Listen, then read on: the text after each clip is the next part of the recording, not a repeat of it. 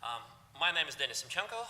I'm a music writer and an editor at a new website called Offstreet, as well as a contributor to AAA Backstage and print magazines like The Brag and recently Australian Hysteria. In the past, I used to write a column named Geared for Rave magazine, made rest in peace. As you can probably already tell, I wasn't born here, but I grew up in a part of Russia where heavy music was part of the course for a lot of kids, if not necessarily part of the curriculum. And today we are going to talk about what's currently happening in Australian heavy music. Punk, metal, hardcore, assorted subgenres, as well as discuss the future of all things loud and distorted. And on the panel today, we've got the following lovely people who live and breathe heavy music. We've got Heath Bradby, the head of A&R at Warner Records and the managing director at Fidelity Corporation.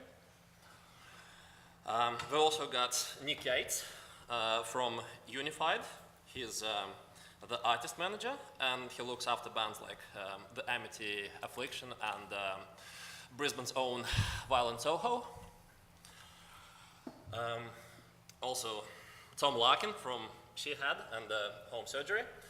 And aside from doing a million things with those, he also runs Studios in the Sky. City. Yeah. I like the sky though. Yep, Studios in the City, that's right. Better view.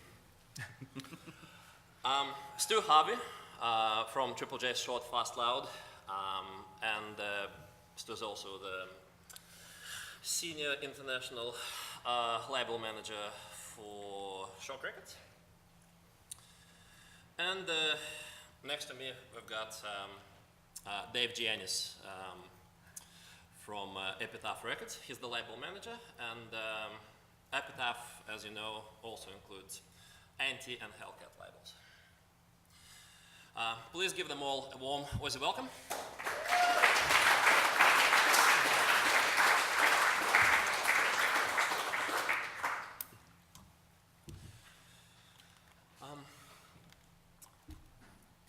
I'm going to start with a question to all of you guys. Now, as we all know, heavy music is not likely to go away anytime, not in Australia anyway. And in your respective opinions, what direction is it currently going in? Starting with me? I don't care as long as it's good. Obviously part of one of my jobs, the label one, is trying to predict, musical directions and travels. But I think with heavy music, it's always going to be pushed to some sort of extreme, and that just doesn't necessarily mean faster or louder, and hopefully means something kind of new and interesting within the genre, and hopefully not generic, as with any kind of genre, as a certain type of, I guess, subgenre gets big, then you get a whole bunch of copycat bands that tend to be, if you're lucky, 75% as good as the first wave. I think there'll be, hardcore's certainly not going to go away, but hopefully it'll head in more interesting directions. Yeah, for sure. Well, I guess from my end, and without to spruik our own roster or anything, but I'm going to anyway. The young roster of bands which Luke Logerman, who we work with, who he's signed to, he's a label manager and he's signed all these young acts like, North Lane from Sydney, In Heart's Wake from Byron Bay, and a whole laundry list of others. And sort of, there's so many of these bands coming out trying to do the same thing, but there's a lot of great talent out there. And In Heart's Wake, for example, a tiny band from Byron Bay, or a seemingly tiny band from Byron Bay, I think debuted at number 27 last week and did over 1,500 units first week, which is, obviously speaks for itself. And I think that sort of, I'm not good with words in terms of pigeonholing genres and whatnot, but I'd say it's that more metalcore sort of sound. And, a development on sort of the older metalcore sort of sound that is coming out, and that's a lot of the stuff that the unified label anyway is Harboring, and it's created this whole subculture, and it's pretty exciting. And I personally tend to disagree with thinking how big it can get. I think bands like Amity and Parkway are sort of proof that it can work, and I think it's only a matter of time before one of those bands, whether it's on our roster or on Stu's roster or on any of these guys' rosters, is going to come up and be the next one to take over. So, yeah. I mean, I look at it kind of in a longer view, and I think heavy music in terms of its behaviour hasn't changed in history at all. The music business has changed, but there's always been kind of two threads with heavy music. One's a reactive thread, and it tends to kind of work in 7-year cycles. So I think at the moment we're seeing this kind of metalcore, hardcore thing kind of rise to the surface, and it's definitely a kind of a mongrel of what was happening in the late 80s when I first started, kind of playing. And it's interesting to see that, historically, but here it comes, it's back, you know what I mean? And there's going to be probably about 3 years where it's going to, have relevance, and then after that it's going to start dying off, and you'll be left, the stuff that'll be floating at the top will be the quality stuff, and they'll go on to have careers, and the stuff after that will be reactive against it, you know what I mean? That, whatever hardcore is, you can expect to see a reaction, a diametrically opposed movement within the heavy genre. Yeah. Yeah, I mean, I tend to agree with what Tom was saying. It is very cyclical. At the moment, we're kind of seeing a lot of things come back. I suppose the pop punk thing has kind of been bubbling back over in the last couple of years, and the metalcore thing. So I think it's just something which, I don't know whether it is 7 years or how you come up with that, but it's just, it continues to come around, and like Heath was saying, as long as it gets to the point where it's good, I think that's the kind of key on the whole thing. All these copycat bands, my mailbox is full of them every week, but every now and then they do pop through, and that's just what we've got to find, I think. So yeah, that's the thing. Yeah, I agree as well. I think the quality bands are always sort of shine through, and I suppose as well the younger kids these days are listening to lots of different music. They're growing up in the techno scene, and they're also growing up in the rock scene or the hardcore scene or the punk scene. So the amalgamation of those sort of sounds of what we're seeing in some of these new bands now that are sort of breaking through with techno synth and heavy breakdowns, and there's still heavy guitar there, but I think the generation these days are a bit more not open-minded, but they're just pushing the envelope a little bit more. Yeah, I don't think they're not held in by the rules. Of yeah, the genres. Yeah, how the old school kids were. I think the kids these days, they're going to there's a lot of clubs these days around Australia. There's Straw Lines nightclubs, and there's a heavy hardcore room, then there's a R&B room, and then there's a techno room. So these are the kids are getting the experience of all this now, and I think it's going to show in the music moving forward. Actually, it'll still be heavy, but it'll be a lot more different elements going on. It used to be a lot more political. Like, the message. When you would have, it used to be a lot more political in terms of message, but there also used to be a lot of political division between genre crossing. When you first had that kind of first flush of rap meets rock, kind of around when Anthrax did their first thing with Public Enemy, I mean, that was a revolution back in the day. That was like, seriously sideways. Nowadays, you wouldn't think anything of it, you know what I mean? That's what I see when I look at it, is that the freedom with which heavy bands take on other stuff, and it's not even conscious, they just reflect what they're listening to or what's in their environment and put it in, and that's where you're going to see the change as well. That's where the next kind of thing's going to come from. It's just that natural evolution.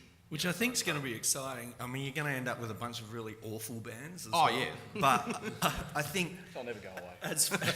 as far as people's approach to production, I think that's going to make things a lot more interesting, because kids aren't going to be so, we want our guitars to sound like X and our drums to sound like Y with blast beats and a breakdown. I think just, people's approach to the way heavy music is recorded has, I think in the last 5 years even, got a lot more interesting. Yep. And I think there'll be some pretty forward-thinking music come out of that. Yep. Well, as you would know, a lot of the bands in this genre these days aren't even playing live drums on records. It's all programmed. So Yeah. what do you actually have to say about that, Tom? Well, It depends whether they can actually play. I'll tell you this. That's actually an interesting question, because there's two things that I noticed. I think that Pro Tools is responsible for a generation of kids coming up now that can't play, right? And that they expect you to fix it. The other side of that is you get these guys who are amazing, guys and girls, who are amazing, but they actually, their feel is the grid, is the Pro Tools grid. They actually have no swing. They're actually like, and they're amazing. It's like, you know what I mean? And the thing is that there's no actual swing in there. There's no, the grid is the feel. So there will be a reaction against that as well. But what I'm finding is, you know, I think that the music industry in general, since the advent of Pro Tools, has become an ideas-focused era as opposed to a performance-focused era, which is the era I grew up in, where you laid it down because you were paying $2,000 a day, so you better get it right now, whereas now you can do it in your bedroom. But I also think in reflection to production, you know, I think the thing that I'm seeing is that bedroom recordings can be perfect, and so that sheeny kind of like super hi-fi thing you can do at home. I think Steve Earle just said it. The good news is anyone can make a record. Yeah. The bad news is anyone can make a record. Well, and what I'm finding is that super sample replaced gridded thing, and you know, with the really kind of like super hi-fi big guitars, that's becoming the sound of demos. You know what I mean? And so now what's kind of like I'm starting to see on the sides is that it's the bands that have character and can perform and kind of do something live that actually sound special and stand out. You know, that's what I'm starting to see the fringes of that, and I think that you'll see a movement against the whole gridded Pro Tools thing, because there has to be a reaction against it, you know what I mean? Yeah. I've got another question for Tom, being the young talent nurturer.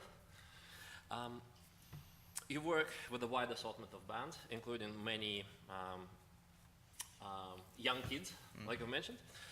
And aside from the things you've just mentioned, what would you normally expect from a band who come to you and before you sign them?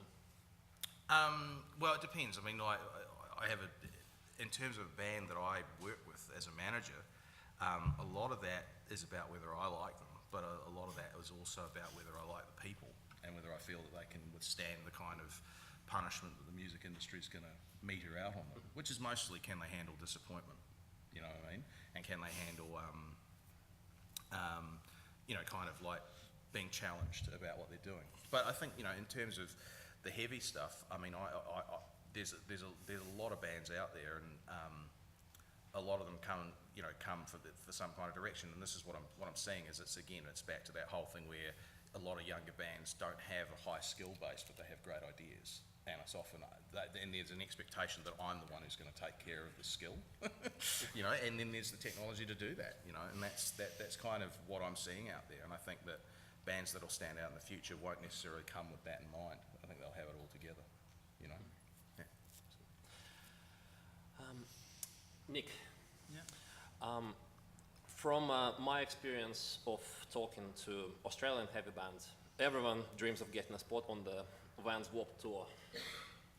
It's Amity are trying to still get it, by the way, just saying. what do you think is the actual likelihood of a hard-working Aussie band with a strong domestic following, you know, making it over there and breaking the US market? Well, as I just threw in there, the Amity Affliction, who are arguably one of the biggest, if not the biggest, current Australian hardcore band. We're still trying, you know, those guys are still travelling over to the States doing punishing 35-day tours, losing anywhere between $20,000 and $40,000 every time we do it. You know, and it's a slog. They go from staying in hotels and, you know, playing to thousands of kids to playing to a few hundred kids and sleeping in splitter vans and wherever they can, pretty much. So it's good because it keeps them realistic, you know, but it's a very hard thing to do. Like, I mean, Parkway have done Warped a couple of times. Yeah. So, I mean, it's tough, particularly the US. I'd say the UK and Europe is a lot easier to crack compared to the US. Purely, I mean, one from a monetary perspective, as I said, about losing a lot of money, and also just making inroads over there.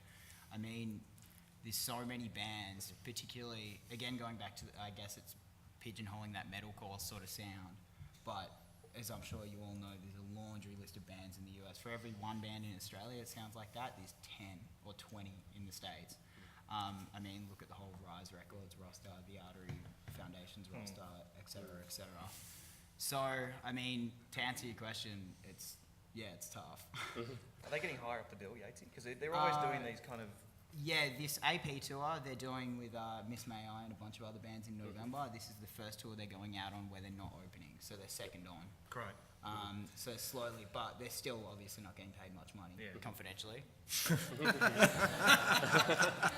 Yeah, but yeah, we're getting there slowly. So, and obviously the record which came out last week comes out next month through Roadrunner in the US, and there's a big campaign behind that. So hopefully, once the record's out, it starts to translate, and then So they'll focus on that. They'll do this tour here and then head to the US and just... Yeah, they're going do to, it as slow. soon as the Australian tour ends, they have like a week off, then head over to the States to do the AP tour, which would be great for them, especially being, you know, branded with alternative press, which is obviously a big part of the scene over there. And then, yeah, hopefully come next year we can start doing some headline stuff, getting on some bigger tours, higher up the bill, and eventually, you know, tick over to breaking even, and then eventually tick over to making money. People need to understand how hard it, like the US is the world's biggest music market, but you're selling ice to Eskimos, particularly if you're dealing with any sort of genre of heavy music. But you know, and you know, I manage hip hop artists as well. You try selling Australian hip hop in America, see ya. We'll get there. Yeah, we'll get there. I think that it's definitely worth considering trying Europe first, because just the logistics of the US are so much more punishing. I mean, because I manage Carnival, and they've done an enormous amount of touring in Europe and the US, and they've got to the point where they're a headline act everywhere.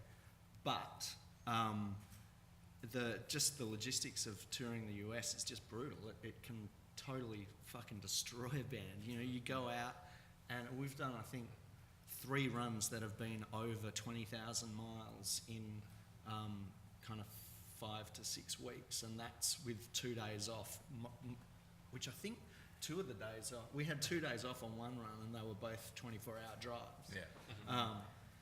You know, that can just destroy a band. I mean, you know.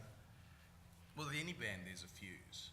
Yeah. And in terms of tolerance, you know, it doesn't matter. Yeah, It doesn't matter totally. where they're at. And you know, it's expensive to get visas, gear's cheap, and food's cheap, but shit. So you know, all of those things make it pretty hard. You know, it's actually a bit of a dangerous place as well, just because of the type of drives that you're having to do, and you know, everyone in Texas has a handgun, all that kind of shit. Yeah.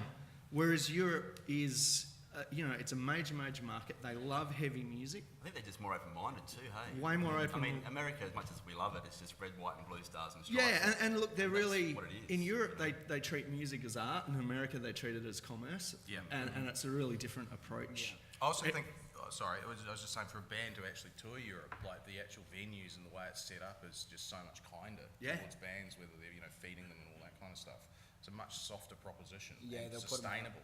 They'll put them up with accommodation. Yeah, give all them that kind of thing. meals and all that sort There's of an idea of looking after them, whereas in America it's like, here's your fucking 6-pack of Budweiser, now fuck off. Yeah. And Pretty it's much. like, And that's when you're headlining. Yeah, that's when you're headlining. The other side of it being that, you know, and I think this is a part of it too, is that those punishing long drives are insanely boring. Those highways are just flat, and it's like, you know, which 3 of the major brands of takeaways are we going to hit on the next servo? Whereas Europe has, you know, amazing scenery and parts that actually kind of like are, you know, kind of feed you. And kind of cheese culture. that's not orange. Yeah, exactly. It's not dyed.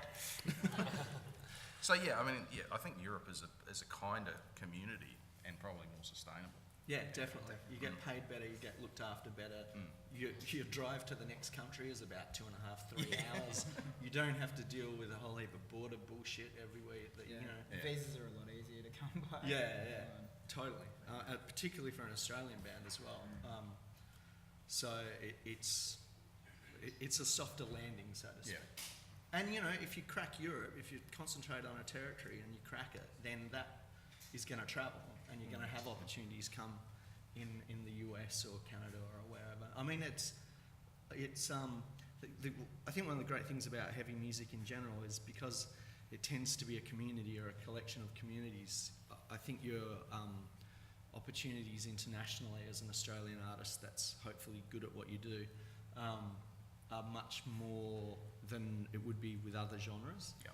And you know, we were pretty, when we did all the Sound of Weight touring for Carnival, we were pretty stunned at some of the places that the band got to go to, and that there was actually, you know, playing in Finland on a Monday night and there's 500 people there that know the words, and playing in fucking Mumbai to 10,000 people and they're singing along, stuff like that is and you know, I'd like to say that we all masterminded that, but I had no idea what was going to happen in Mumbai. The thing about it is that with heavy music, it always has been amongst the musicians a meritocracy that, you know, runs on word of mouth. When I came up, first off, it was tape trading, and you would get tapes traded from Chile. You'd have these, you know, mags that were like photocopied and done like that, and now you have the internet. But that's basically it. It's a community that relies off word of mouth and meritocracy, you know what I mean? A lot of times the kind of traditional models of hyping stuff doesn't actually work within heavy music. And that goes back to the 80s hardcore scene in the US as well, where, you know, it was, the bands were putting on shows for each other, staying in each other's houses. It was a really tight community. Just, you know, things happened a lot slower. Funny male shit that you had to deal with. Well, I guess that happens as well with getting supports as well. Yeah, totally. Like the heavy bands who get to a headline point just want to take their mates out on tour. So whether that's, you know, a band from Brisbane who play to 5 people at a club, you know, they'll take them out. Yeah. You know? And even internationally, that's happened with Amity a couple of times. Yeah, totally. Same with me. Also, Nick and Tom, on a more domestic scale, we've seen bands like Carnival, Dead Letter Circus, Demeter, Affliction, Parkway Drive, which we've all mentioned before, become household names. I was going to wonder, in your opinions, what would it normally take for a younger band to get to the level of those guys? I'll start. You go. I opened my mouth first. I mean, truth be told, like any sort of music really, and particularly with heavy music, I'd say there's no formula. That's the main thing. As Tom, I mean, Tom's a good person to have on this because he's A, a musician, and B, a producer. Or do you like it in that order or the other way around? I don't care. Alright, I cool. wouldn't call me a producer. I'd call me a guesser. Nice one, nice one. So, I think the focus is really on the bands about writing good music and playing shows. You know what I mean? That was a point I wanted to make before, is that the good part about this scene is if you're a good band, you're eventually going to get noticed because it's all cultivated through playing live shows. Like, I used to manage this band from Perth called Break Even. I don't know if you guys are familiar with them, but they pretty much just, I mean, correct me if I'm wrong, Stu, you'd be a good person for this, but in the smaller sort of punk hardcore community, I'd say they're one of the more respected bands in Australia, right? Yeah. And that was just because they were good dudes, they wrote honest music, and they just played shows. They'd play shows, you know, at HQ in Perth to 300 kids, or they'd play shows in backyards, or just travel around and play wherever they could, and that really resonated, and they eventually ended up getting on tours with... And they ruled live. Yeah. They just were a really, Yeah, really fucking good captivating live band. band. And then so because of that, they ended up getting on tours, you know, obviously with Amity and stuff because they were mates, but then getting on tours with like, you know, Rise Against and, you know, Touche Amore and all these other bands. And that was purely just through being a good band. And so, yeah, I think that's the good part about this genre of music is if you are a good band and you do work hard, then it's eventually going to work, so. I think that's probably the one thing that, you know, I think we endlessly discuss a whole bunch of fluff around everything, particularly these events, but the bottom line is if you're good, it will work. Don't suck, work hard. Yeah, don't suck, work hard. But the key to that is being able to sustain staying alive long enough for that to come back to you, you know, because you may be out of cycle stylistically, you may be out, you know, and it may take a while for that to happen, and it's really the key is to sustain doing it for that long, and that involves the relationships with the people around you, the kind of relationships you have with other people. So if you can work on being good at everything, and it doesn't even matter whether it's heavy music or not, it's like, you know, whatever it is, if you concentrate on being good and you're constantly trying to review that and get better and better and better, it will eventually click if you can stay around long enough. Yeah, well, that's actually a good point because back to the Break Even reference, even though they were one of the more respected bands in the scene and started to sell a good amount of records and a good amount of tickets, they did break up because of pretty much the personal relationships in the band, and just they'd been at it so long, they had, you know, their interests had grown in different places, and so they decided to go off and do their own thing. So that's another good point. Yeah. Dave, being the label manager, think Aussie heavy bands have what it takes to impress overseas record company people?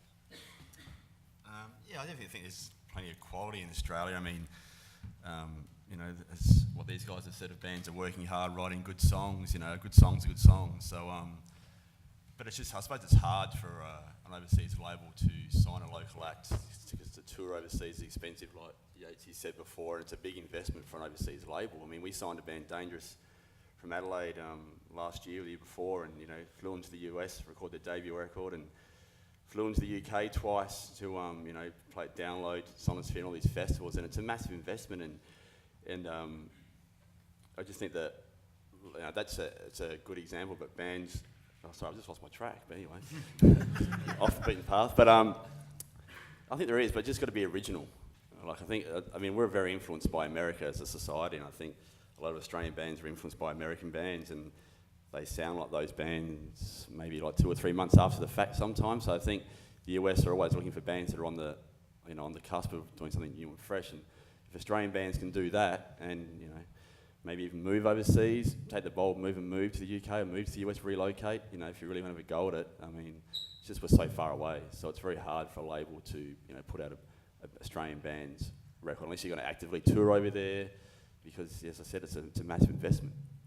But they do have, I mean, Australian bands are great, like Mindsnare and, you know, your Parkways and your Amities are, you know, writing top-notch stuff, so there's no doubt about the quality of the music. It's just hard for an overseas label to warrant them to fork out X amount of dollars to get a band over, you know, to the UK or US or whatever. I've also got a question for Stu. Being a host on a high-profile national punk and hardcore show, how do you find balancing being a radio host with your shock commitments? I suppose it's something which I've kind of worked with for a long time now, because I've been doing radio for probably about 18, 19 years, and I got in the music industry afterwards. So it's something which has never really kind of been too much of an issue for me. I kind of have my conscience is clear a lot of the times, because I can really separate the two pretty easily. My day job's with, I suppose, the Triple J night job essentially. So, you know, I can think of a lot of bands that I've signed at Shock, which I would, you know, it's purely just to sell records. It's not something which I'd play on the radio show. I think the radio show, I try and keep it as pure as possible, and just kind of actually music which I think is important. I mean, a lot of the times bands I work with during the day do get played at night, absolutely. But I've never really kind of thought that there's too much of a crossover. It's never been a major concern for me. And actually, I don't think I've really had it mentioned to me too many times over the last 9 years of Triple J. So it's okay. I'd also like to ask all of you guys, where do you think the Australian government support and funding for young heavy bands is at when compared to countries like the UK and Sweden, as well as the others? I mean, there are grants. I'll go. I'll have a crack. I would like to say, I don't think there's any grants specifically for heavy bands. No. I think it's just for bands. Yeah. I think Australian government support is actually pretty decent. I mean, obviously with all the touring that and the investment Carnival made over the last couple of years, we went for a bunch of grants. It depends a little bit from what state you're from, because I know there's some Music New South Wales grants, I know there's some Vic Music grants. If you're from WA, you kind of hit the jackpot on the grant front, because the contemporary music grants that the state government runs there are A, can be quite a lot of money, and B, it's a much smaller pool. And also there's the EMDG grant, which is the Export Market Development Grant. Unfortunately, you have to spend the coin before you have to get any back, and it is the most frightening grant application process I've ever seen in my life. I had a look at it once and then decided it'd be really great to have someone deal with that, so I don't have it in my freaking life. And basically how that grant works is you spend the money, and you get 50% of it back as a rebate from the government 9 months later. So, I mean, you have to be in a pretty positive cash flow situation for that to happen. I don't think it matches, I don't know about Sweden or, actually I don't really know about the UK support. I know New Zealand's support for contemporary artists is pretty amazing, and I know Canada as well, which is why we get so many Canadian bands touring here. They have a scheme called Factor, which is basically their government compensating for the fact that they have an entertainment behemoth just south of the border, so they need to feel that their investment from the government kind of evens the playing field up, I guess. So I actually think the situation in Australia is pretty good. I think it's really, really important that you concentrate on, you know, we've been talking about all this international stuff. I think you need to concentrate on getting your home in order first, because that way you're going to have a territory that supports you, you can tour and hopefully make some money to piss up against a wall somewhere in a rock club in Kentucky or something. And also, you know, you're just going to have a kind of a home territory where you feel like you have a base that's going to give you the support to take on the rest of the world. Because if you've spent 6 weeks playing to 50 people a night in shitty rock clubs in America or something, it's okay to come back and play to 1,000. You probably cry into your pillow less at night. You know, it's just really important to have a base, because it's a massive investment to have a proper crack at touring overseas, particularly if you're the type of heavy band that I manage that has a fucking retarded amount of equipment and seemingly cannot tour without taking 200 kilos of frickin' pedals. And you know, look, that's the thing. If you're going to take on the world, be smart about it. Like, try and work out a way that your touring setup actually can get on a plane and you don't have to deal with air freight. And you know, carnets, which is a freight document, and all that kind of shit, that'll make your life or your peeps' life a frickin' nightmare. You know, I'm currently going through Carnival's second trip to India. They have 450 kilos of air freight. That is the essentials. So that's the pared down version. There's no amps, that's just guitars, pedals, and a few other assorted bits and pieces. Snare drums. I remember Cog turned up. We did a show with Cog in London, and they have a similar disease. Yes. Obviously.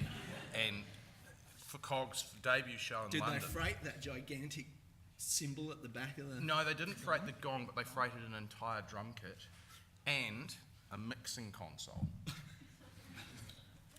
Alongside everything else. I think it was like, it would have been probably more than 450 kilos, but it was ridiculous. Yeah.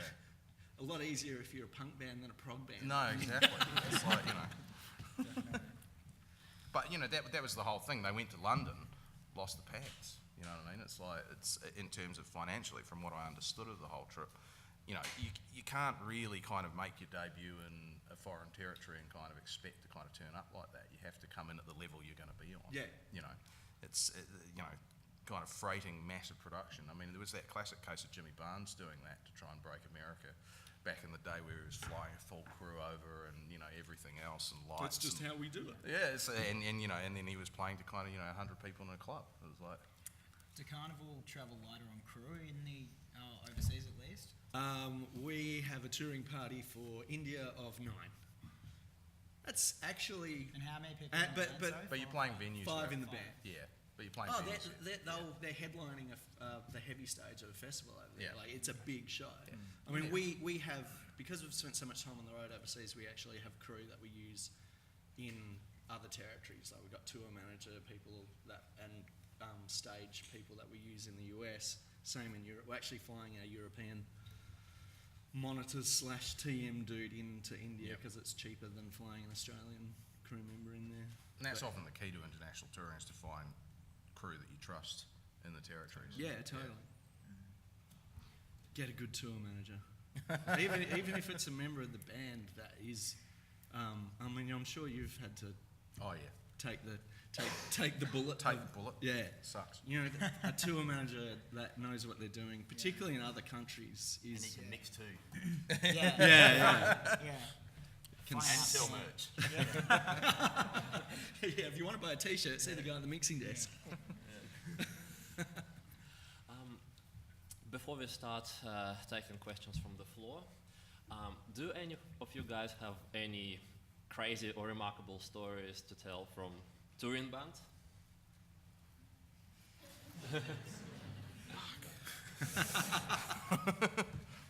What story do you want?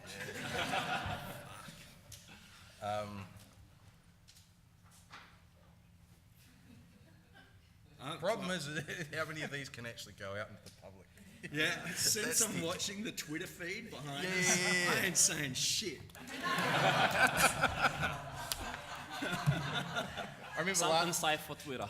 last year I got misquoted with an Australian hip hop quote. Oh, really? Yeah, I said Australian hip hop quote's going to have trouble internationally. Oh no, I didn't say that. Sorry, a guy from the New Zealand Music Commission said that, and then it got quoted as me.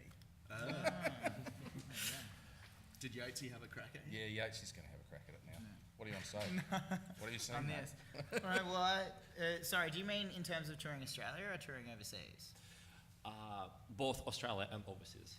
Okay. Should be better getting one of my band members here to do that probably than me. Tom, you're the one in a band here. Yeah, it's just I Okay, just I fine. kind of my editing function's going into red right now. You don't have a PC. Has story laying anyone on watched top the of your brain? She Had documentary? It's I don't think it's out yet. Over Oh, is here. it?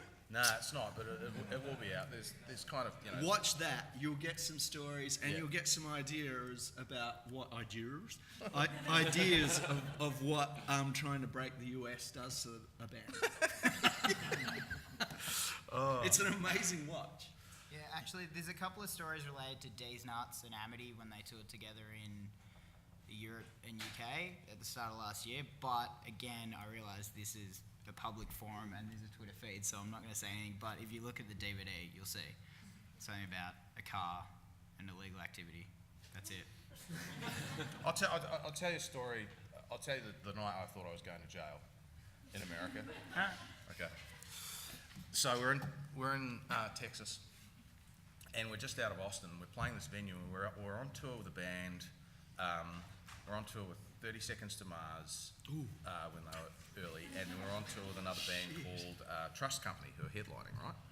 And it was our last night of the tour, and everyone decides, so like a club of about 600 people, we're first on out of three. It's our last night. We've got our bus outside, everything like that. So we decide, it's the last night. We're going to do all this crazy bullshit and fucking everything like that. And so there's side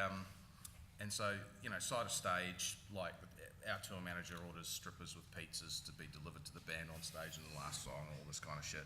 And there's a fire extinguisher side of stage, and I'm thinking, this is great. And then someone suggests, why don't you hit them up with a fire extinguisher? And I'm like, this is a great idea. It'll be a whole pile of soap suds. It'll be hilarious. Okay, so I get on stage and I start squirting the fire extinguisher in the middle of the thing, and then all of a sudden I just take a breath of that shit, and my God, I couldn't even breathe. It was the chemical one? Not chemical one. Oh, yeah. Now, just to give you an idea, about a month beforehand there was the Great White Fire in New Jersey, where they had the pyrotechnics catch. And how many people died? It's something like, I think 12 like or 12 people died or something like that. But we were, 2 days beforehand, we checked into the same hotel as Jack White, and our tour manager, or the great Jack, who's the singer in Great White, and our tour manager was part of the old Jack, the Great White crew, and was going, that guy, he's insane, he pushes everyone over the top, his ego's crazy. As soon as he saw the news, he went, yeah, I know exactly what happened. He wouldn't have given a damn about the fire restrictions. Anyway, so we were and that was the climate, this whole kind of club danger thing. Anyway, so I'm on stage spraying this fire extinguisher, and everyone's starting to choke, and then everyone's starting to choke and puke. I cleared the nightclub, the whole club, 600 people out on the ground, guitarists, the whole band piling out into Were you the opening act? Yeah, we were the first of three. It was our last night, though. It was Sweet. our last night. So I cleared the club, and I'm walking outside, and I'm witnessing the guitarist from the band puke everywhere. I've just fucking blown it completely, right? And there's a club streaming out 600 people onto the thing. And I'm just going, I'm going to fucking jail. I am going to jail. And so what happens then is, we get back into the club, the band is screaming at me, the tour manager's screaming at me, I'm going, I know, I fucked up, except for one tech, who you may know, Jules Cribb, who's going, oh, come on, man, you put them up to it. We're all part of this. Come on, calm down. Everything like that. All of a sudden, the sound guy from the other band comes running onto our bus, runs down the end of the bus, and comes running back out again. He's holding something. We don't know what the fuck's going on. And then all of a sudden, someone goes, holy fuck. Gun? No. We open up the back curtains. The entire bedding area of the bus is covered in live locusts. What happened was, it's like, the scene from The Mummy, right? The tour manager for the other band went, hey, let's punk Shi'ar tonight. Or Pacifier, as it was at the time. Let's punk them tonight. And he went out and he got 10,000 live locusts from a pet store. Came back, the whole band went, what are you thinking, man? That's so disrespectful. That's just not the kind of thing that you do. What are you thinking? Don't do that. Forget it. And as soon as I'd done the fire extinguisher thing, they all got back on the bus and went, hit them now. And so we had to leave, and the tour manager's going, get out of here before the cops come. We had to leave, and then it was my job to hoover 10,000 locusts off every nook, cranny, bed. That hoover stunk, man. It was like fucking... Anyway, there's one.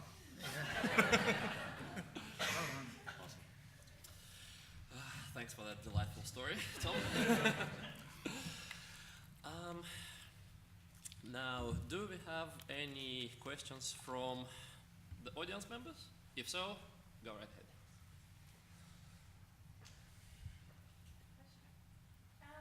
You guys were talking about earlier on in the talk Microphone. Yep. you guys were talking earlier on. Turned on.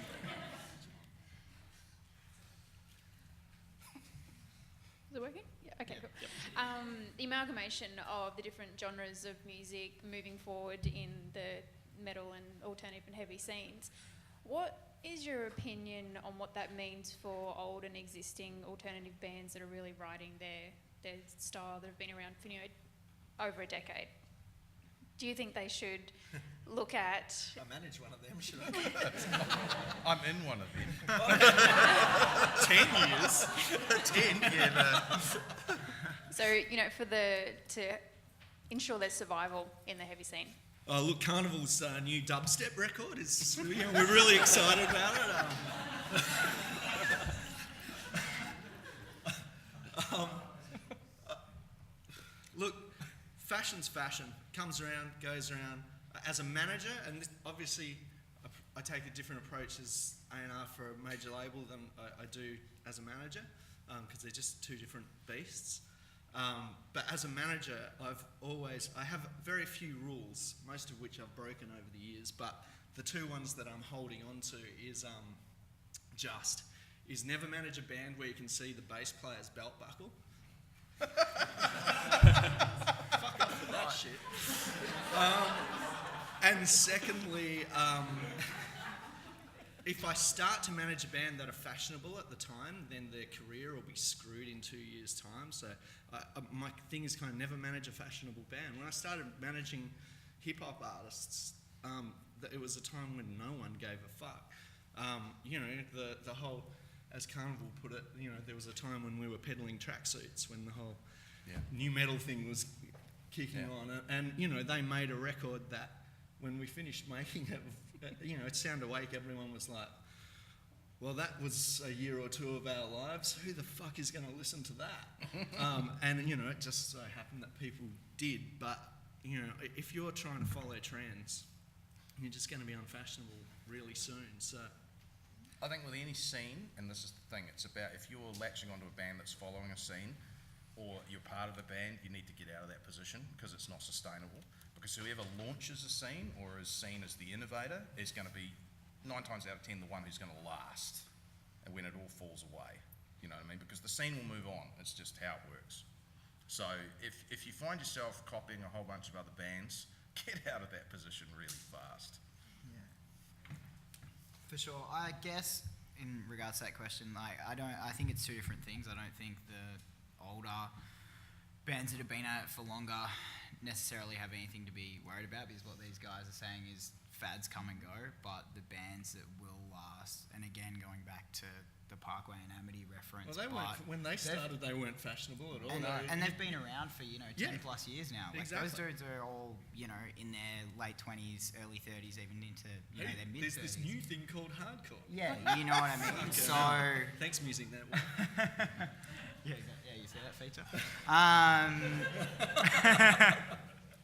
No, so I think, like anything, those bands might come and go, but they're not going to have any longevity, and the bands that are going to stick around are going to be the good ones. So you're saying pretty much like in those particular genres that there's only a couple of positions at the top shelf in Australia? no, definitely not. Not by any means. Like, any one of these bands any day now could break through and, sell 10,000 records and start selling out, 1,000, 2,000 capacity venues around the country. I think it's quite different in different genres as well, actually. Thinking that in prog music, it seems like there's only really 3 or 4 bands in Australia. But the good Yeah. thing about prog music is it takes every band 5 years to do a fucking record. So there's plenty of scope for new artists in that scene, don't worry, dude. Hardcore, it's a little different, there's a record every year. Pretty much. It's that whole 2-minute songs versus 11-minute songs thing. Yeah. Do we have anyone else? Hey guys, you were talking before about how the type of fan base that follows heavy music and all the subgenres is a bit different. You don't sort of work through the usual hype machines and all that kind of stuff. I was wondering if you guys could talk a little bit, each of you, about your strategy with a particular band or with your label for developing your audience. Obviously, Carnival developing as an act in the US, Amity developing over there. The labels, if you're developing artists or developing your label in Europe or the US, that kind of insight would be really useful. It comes down to the record, I think. With everything, like, you've got to be led with the music, I suppose. And it's just about being sort of strategic with what you've got to work with as far as both the way the record is and also the way the band's live act is.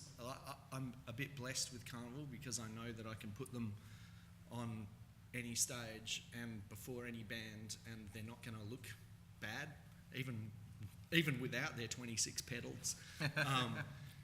Like, they've done a lot of touring in the US where they've been first or second on the bill, and 3 shows into the tour, the headlining bands are like, fucking hell, settle down, fellas, because they're just that good a live band. And, it's the same for Parkway, a pretty amazing live act,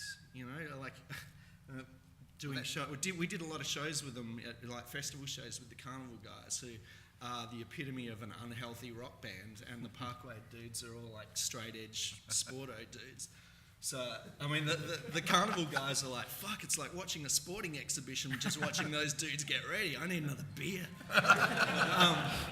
But, they're just the top of their game. They're an amazing live band. You can put them out on tour, on the Warped Tour, and they're going to make some of the, Denny's eating American bands look pretty bad, and that's you can be confident in just putting them out there. You have to be strategic about it, and it's that whole thing about building a team, and I'm sure it's the same whether from a label perspective or from a management perspective. It's all about the team that you build around your artist, and them being believers and finding the right people.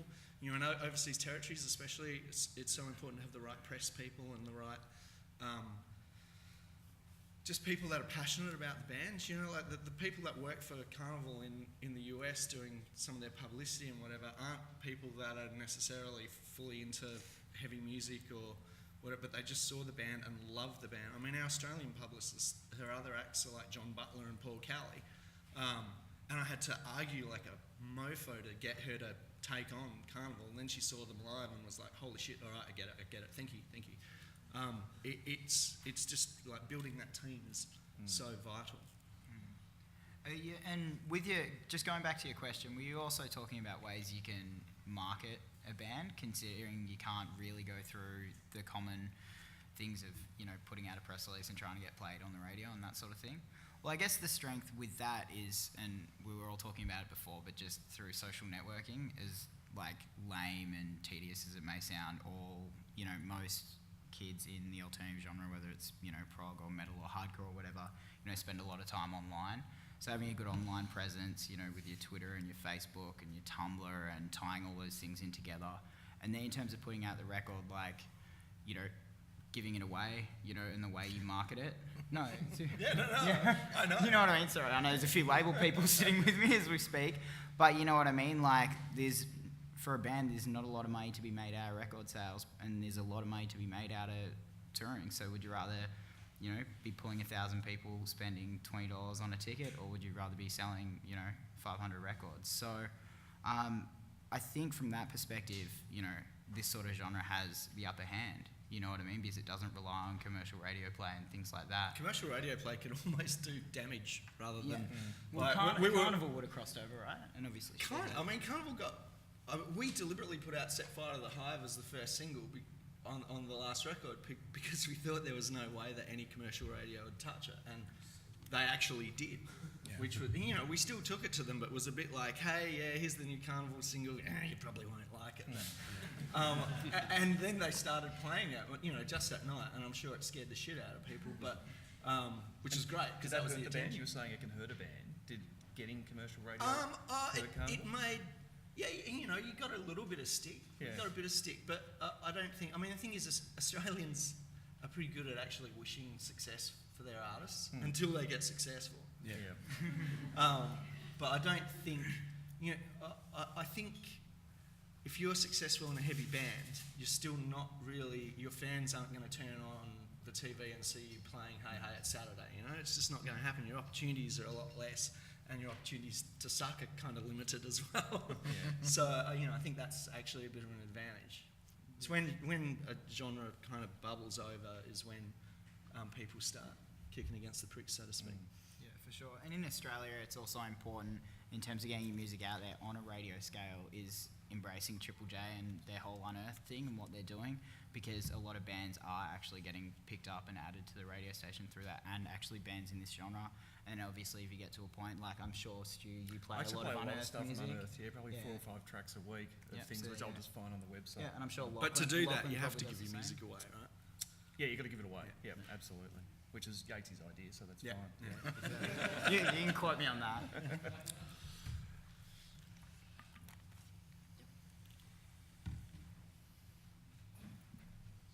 Hey guys, from the management and label perspective, what exactly, when you're trawling through the emails upon emails you receive every week, what makes a certain band pop? What makes them interesting for you? I know you've mentioned saying live show, but how would you determine what band is interesting from there? Just listen to the music. You know, usually they'll have a bio that's kind of painful, but you just listen to the music. And, you know, just judge it from that, really. I think that's always the starting point. I mean, for me, Yeah. that's kind of, you know, if a song's interesting, I'll then start to scratch deeper and, you know, look at what they're doing online, shows they're playing, get out and see them play and just take it from there. But And you will look at shit like how many Facebook friends they have and how many views the videos have on YouTube and all that kind of shit. Like, but that's kind of after you have your attention taken by the music. But that doesn't necessarily, you know, if it's low, that doesn't necessarily mean it's a bad thing. It's just giving you a read of where they're at. You know what I mean? So, you know, if you hear a great song and they've got 200 likes on Facebook and, you know, 500 views on YouTube, that doesn't mean that you're not going to go for it if the music's compelling. You know what I mean? That's I suppose the answer there. So it really does come back to the music. It's the quality. Yeah. And I think, well, in terms of if you are sending it out to a bunch of people, I think 2 things. One, the simpler the better. Like a SoundCloud link and a little, hey, how you doing? This is what we do. Check us out is enough. Maybe make a note or take the time to make it personal, so you know you're not one manager on a list of 50 majors that our email's gone out to. Make sure you blind copy people if you're going to do that. Yeah. I mean, like, all of us, I imagine, have had emails on this, you know, while we're part of BIGSOUND, which start with hi and then a huge fucking story. And there's no, they're not targeting you, they're targeting everyone. And they're just, you know, driftnet fishing for contacts. Delete. It's just like, you know, they don't know what they want. either. Just like the whole fact that, I'm going to sound really old when I say this, but when I first started managing bands, there wasn't really the internet. So, I remember that. Yes. So you used to buy magazines and buy books or whatever and do your research to try and work out what people are the right people for you to talk to about your artists. Now, God knows how people did it then. You know, how did you manage a band in the 80s? Jesus. It's so, you know, just get online, do your research. So, like when it's going for tour supports, whatever, just actually work out whether the email that you're sending is a worthwhile use of your time, let alone the person that's going to be getting it. And that's kind of half the battle. Do you guys still get many physical press kits, just out of curiosity? At the radio station, I still get a fair few, Yeah. and I don't really read many of them. Yeah. It's kind of like, it's that long bio, a big 8x10 glossy, they both go in the bin. Yeah. Unless and someone the does CD something goes on. super awesome to make it stand out. Yeah, I've had cakes and stuff like that before, but that hasn't got Yeah, but radio play. that's usually a guarantee. The more elaborate the package, the worse Yeah. the music. Yeah, that's true. It really is. Like, occasionally I'm wrong, but generally, if you get a big box with a whole heap of stuff, you know, Well, the last thing is the music, and there's a reason for that. It tends to be an artistic imperative, which is that if the band or the artist has the time to put together something elaborate and kind of trying to grab your attention, they're not concentrating on the music. Usually the people who are really good at music just go, here's an MP3, and it's still got the file name, not even a name of the song. And they spell your name. And they spell your name, you know, just that is usually the mark of someone who's really good at music. Yeah. One more pet peeve while we're at it. Don't attach like 5, 6 MP3s to the one email, please. Had the inbox crash a few times with that one. I think just don't send MP3s. Send us. Yeah, that's true. Send a link, Yeah, yeah. send a link. That's a better idea. And you know, those bios where you go, where you know it's like are set to take the country by storm, and all that kind of stuff. Like there must be like a template out there for a crap bio. What, you don't want to go out to the next level? Yeah, the next level. Are set to take it to the next level with the release of their EP that they sold at the pub. You know, it's like, no. Well, there's plenty of levels left. Yeah, there are. Yeah.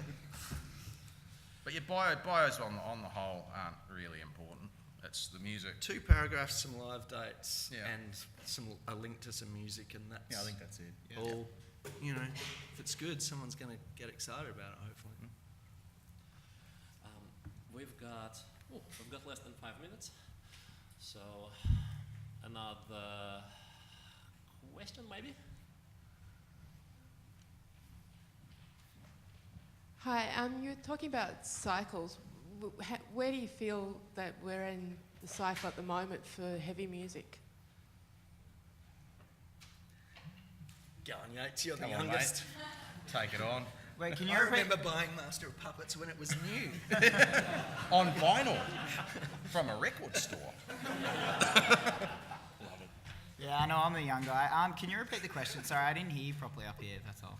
It was posed that music goes in cycles, and I was just wondering where you feel that we are at the moment in terms of heavy music. What cycle are we at the moment? Because I don't feel that there's enough heavy music out there. That's my opinion. Yeah. Well, I guess from my end, like obviously I'm more familiar with what I know and what I'm surrounded by, and a lot of that is, you know, the unified roster, given that our label, I don't know if you're familiar with our management roster and then our label, but essentially our label is signing a lot of those really hardcore sort of bands, or metalcore for lack of a better term. There's no shortage of hardcore, even just on Unified. Yeah. Nah, so I think that's, in terms of that particular scene, I think that's where it's heading. I mean, as I think Dave Giannis brought up before, the clubs Destroy All Lines, which run nationally, and they're doing a great thing in terms of really grooming talent, because they're actually making it hard because they actually pay money to get bands to play, where, you know, and to their credit, to bands that, you know, might not be able to promote their own gigs. So in terms of where we're at, I mean, I think currently it's that hardcore, metalcore sort of sound. I'm guessing you're into prog because you brought it up before, but I'd be interested for you to check out this band North Lane. Are you familiar with those guys at all? Because they're sort of slowly bridging the gap, I should say, of, you know, hardcore and that more sort of where actually the end goal for them is to get them more to a carnival level than a Parkway Drive level. Just don't let them buy any more gear. It's the only way, though. Name a prog band without lots of gear. Can't. Yeah. For sure. Yeah, so I want to know who started that shit. Pink Floyd. Yeah, so I'd be interested to see, I don't know, maybe Stu, where do you think? Well, I think you're right. I think the metalcore thing is what's happening at the moment, what we seem to be getting lots of. I'm seeing a lot more good kind of punk bands starting to come through now, which is great. You know, Luca Brasi, the Smith Street Band, stuff like that is starting to come through, which is great. It would be nice if there was a whole wave of punk bands singing about shit that actually matters. Yeah, that'd be good. You know, That'd be nice. If you're going to be angry, do it about something worth being angry about, not your fucking girlfriend. Let's leave that for pop punk. Pop punk's coming back around though, isn't it? I think so. I think the last couple of years, I think with Blink releasing a new record, everyone got excited again and got the oversized dickies out of the cupboard and, you know, what chains. I think Checkered belts. the one thing that I think you'll see over the next kind of 12, 24 months is the acceptance from the broader media music industry that the hardcore metalcore stuff is commercially viable. So they'll start giving you windows into that in the mainstream. I think so. And, yeah. And then it'll play itself out, and then, you know, it'll be. Because generally the mainstream industry is a couple of years behind where Yeah. these kind of scenes, whether that, you know, because I manage hip-hop artists and I manage heavy artists, and I think there's a lot of similarity between those scenes because they're full-on communities. I agree. And they've actually been quite big for a while now without anyone who is in the seats of power in the music industry having any fucking idea. Yeah. So that when, you know, there's a definite potential for Amity to have a record that charts really, really, really highly this week. And What's your money on? hey, I'm not saying anything.